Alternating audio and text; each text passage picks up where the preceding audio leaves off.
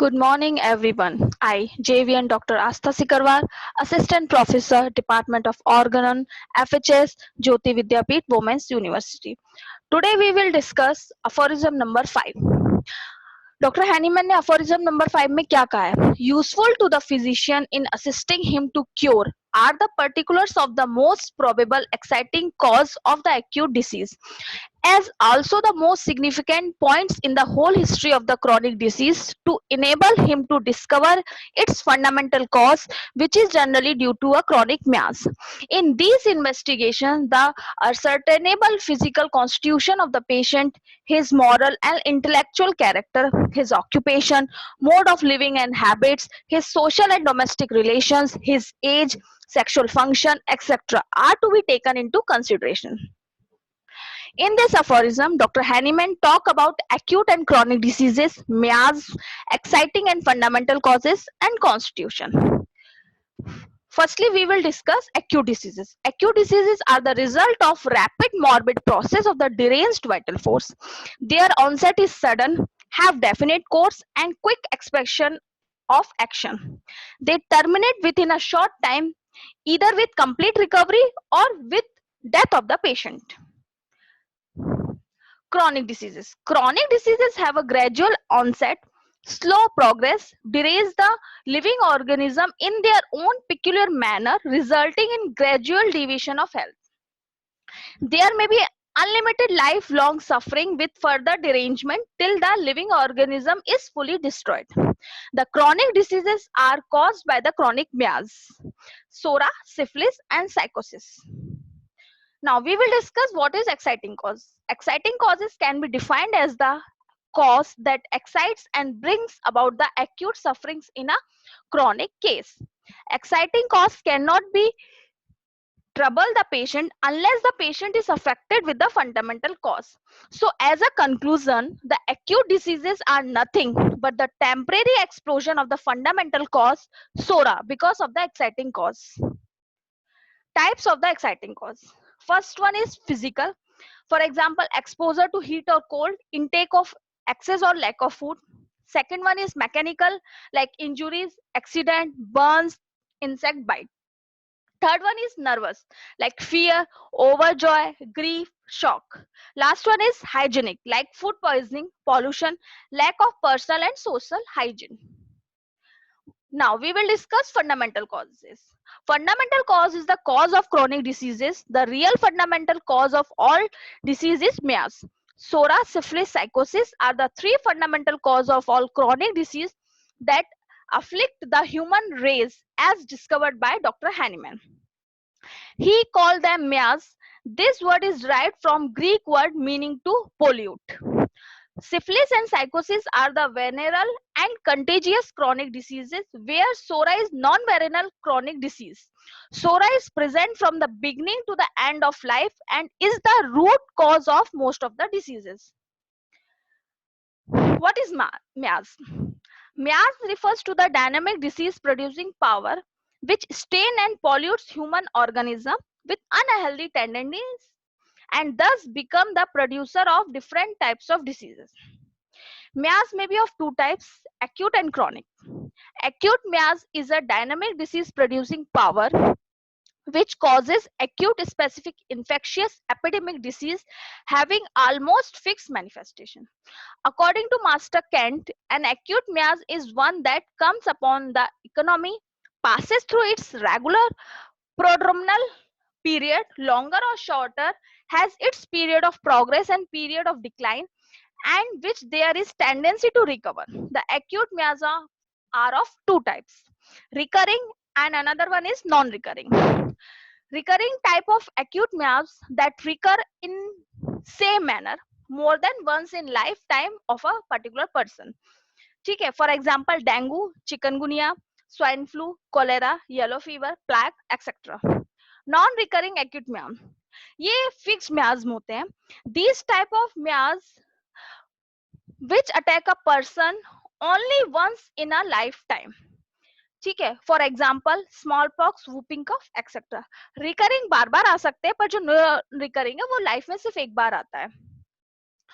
Now What is chronic miasms? Chronic miasms are fundamental cause of chronic disease. They produce chronic diseases and predispose human being to acute diseases.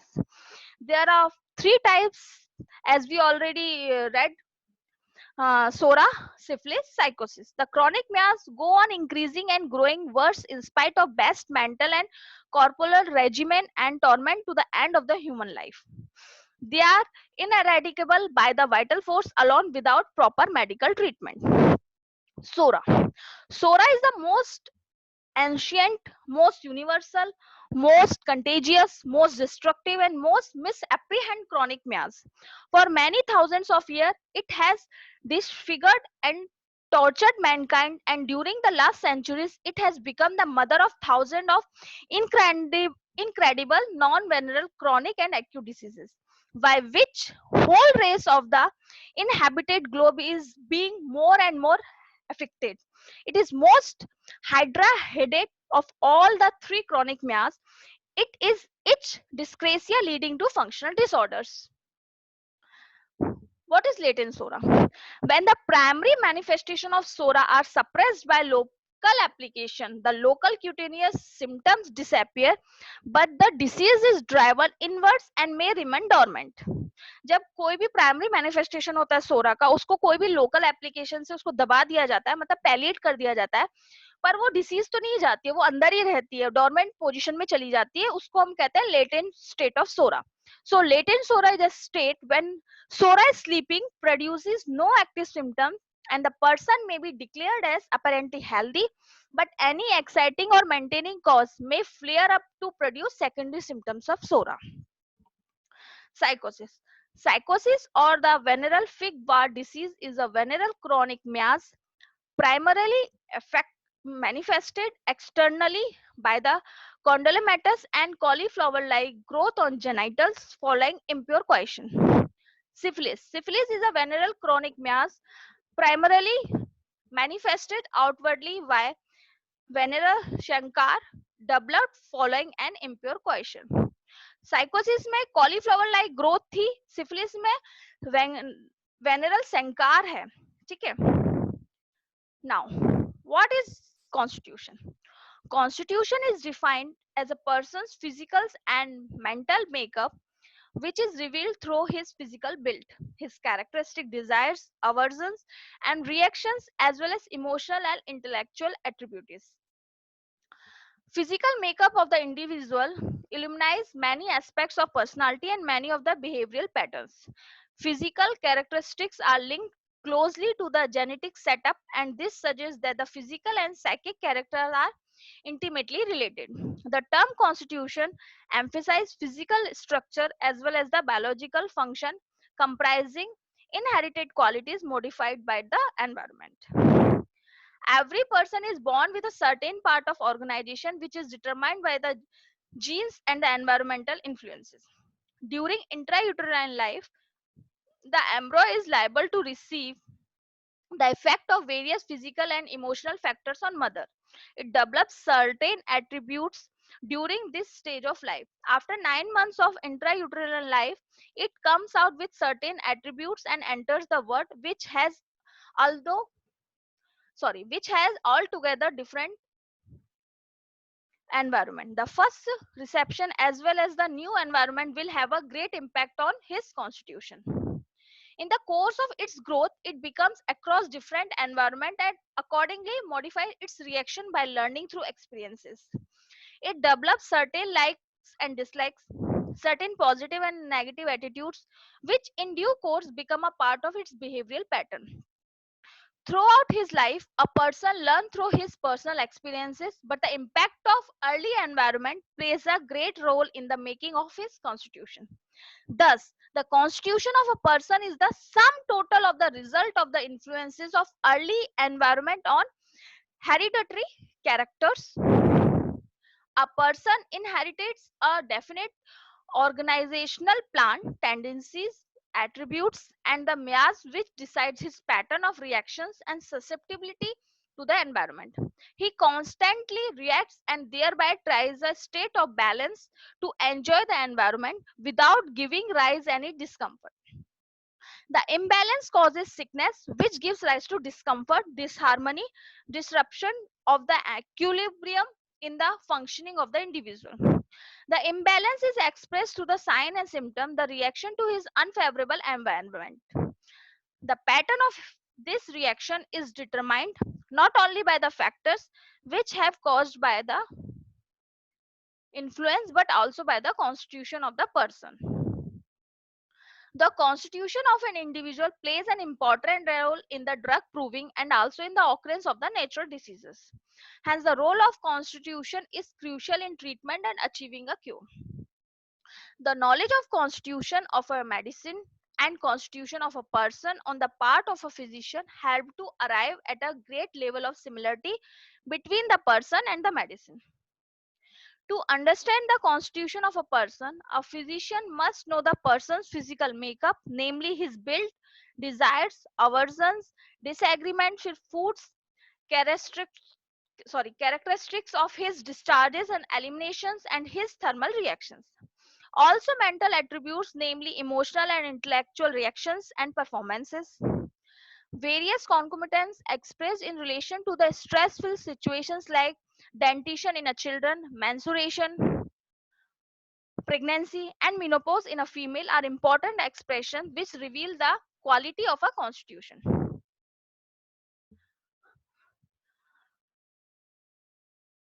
Grovgals arranged the morbid constitutions according to excess or deficiency of certain elements in the tissues and blood.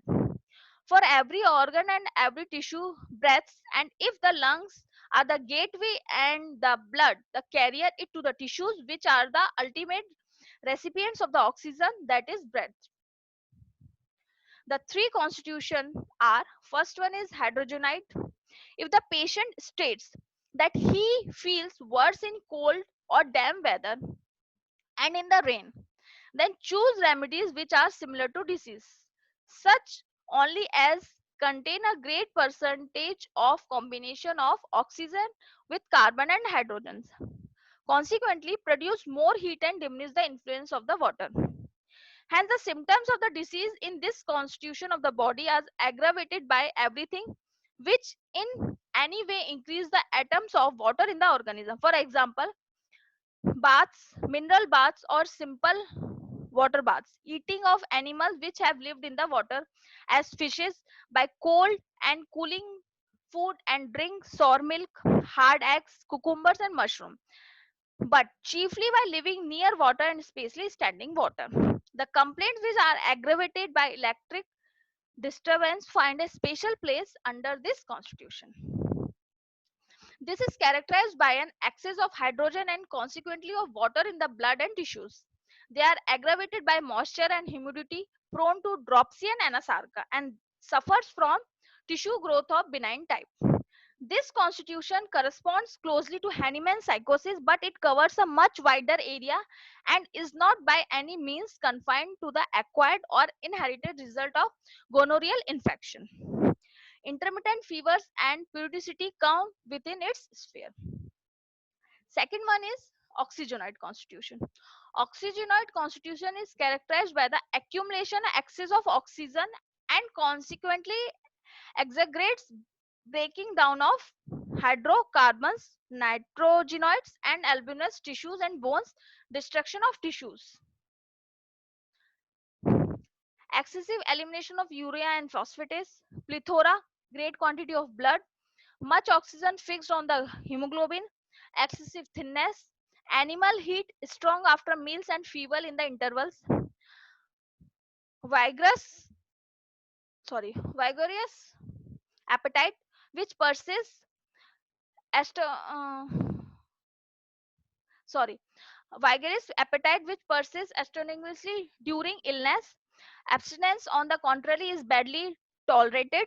Ambulation by rest and food. Aggravation by cold, sea air, low altitudes. Third one is carbonitrogenoid. This characterized by an excess of carbon and nitrogen or insufficient oxygenation, and the complaints are caused by retarded nutrition. This makes for increased liability to disease and perverted nutrition. They suffers from functional disorders of body and mind, marked by erratic working of the heart, lungs, kidneys, spleen, liver, etc. Causes of aggravation: everything which hinders oxidation, everything which increases hydrocarbons and albinoids, everything which diminishes the alkalinity of the humors. Aggravation from rest, non ozonized mist, irritation of cerebrospinal or sympathetic nervous system, sexual excesses, overfeeding, confined air, chagrin, respiratory insufficiency, loss of blood or bloodletting, which diminishes the number of blood globules and consequently oxidation, excess of sodium salts like seawater, which hinders cellular osmosis and diminishes the quantity of water in the tissues. Now, aphorism 5 में हमने एक तो diseases पढ़ी, acute disease, chronic disease, miasm पढ़ा, acute miasm, chronic miasm, fundamental cause and exciting cause पढ़ा, फिर हमने last में कॉन्स्टिट्यूशन पढ़ा. अब हम लोग अफोरिज्म नंबर 6 पढ़ेंगे. इसमें डॉक्टर हैनीमैन ने बताया है the unprejudiced observer. The unprejudiced observer, well aware of the futility of transcendental speculations which can receive no confirmation from experience, be his powers of penetration ever so great, takes note of nothing in every individual disease except the changes in the health of the body and of the mind, which can be perceived externally by the means of the senses, and that is to say, he noticed only the deviations from the former healthy state of the now deceased individual, which are felt by the patient himself, remarked by those around him, and observed by the physician. All these perceptible signs represent the disease in its whole extent, that is, together they form the true and only conceivable portrait of the disease. पहले तो prejudice का मतलब क्या होता है. The word prejudice means a judgment or opinion formed on a subject without doing an in-depth study. किसी भी subject के बारे में बिना पढ़े उसके बारे में कोई भी ओपिनियन बना लेना. Opinion formed on a subject without doing an in-depth study is prejudice. Observation is done by the inner sense of the physician and not only with the 5 physical senses. Physician must know who is a healthy person and his economy. He takes note of every individual disease, the changes in the health of the body and the mind. Make use of objective and subjective symptoms to form a totality. Our observation is to be weighted by 2 factors, mal observation and non observation. जो mal observation है positive होता है और जो non observation है वो negative होता है. mal observation क्या होता है? There are cases of observation where the actual where the actual object is observed as something else. जो चीज है उसको ना समझ के कुछ और समझ लेना is mal observation. These are the case of positively wrong observation. For example, sometimes a mirage is perceived as water or a straight rod is perceived as bend. One when half immersed in water. Road पे हम लोग जाते हैं तो सामने जो सनरेसेस पड़ते हैं रोड पे तो हम लोग को लगता है कि सामने पानी है, पर वो पानी नहीं होता है, वो मिरेज होता है. ठीक है, तो हम माल ऑब्जर्वेशन में ये होता है कि हम किसी चीज को जो एक्चुअली वो चीज है उसको वो ना समझ के कुछ और समझ ले, is that is mal observation. Now what is non observation? Non observation occurs when what should have been observed is overlooked. They are very common in our day to day life. मतलब कोई चीज हमने छोड़ दी है, overlook कर दी है किसी चीज को, तो ये होता है नॉन ऑब्जर्वेशन. हमने कोई चीज को देखा ही नहीं है तो हम उसको ऑब्जर्व कैसे करेंगे, तो वो नॉन ऑब्जर्वेशन में आ जाता है. ठीक है, both leads to errors in the homoeopathic prescription. अब दोनों की वजह से जो हमारा प्रिस्क्रिप्शन है वो गलत हो जाएगा. जो समझना चाहिए था वो नहीं समझा, और जो समझने लायक था उसको हमने छोड़ दिया है, नेग्लेक्ट कर दिया, उसको हमने समझा ही नहीं है. तो जो भी हम लोग फिर आगे जाके जो टोटलिटी बनेगी वो गलत बनेगी, जो प्रिस्क्रिप्शन होगा हमारा वो भी गलत होगा. फुटनोट. अफोरिज्म नंबर 6 के फुटनोट में एक वर्ड दिया है प्राइमा कॉजा मॉर्बी. उसका मतलब होता है primary cause of the disease. उसके सिनोनिम है causa morbi, causa prima, inner cause, proximate cause, prime cause, real cause. ठीक है, थैंक यू.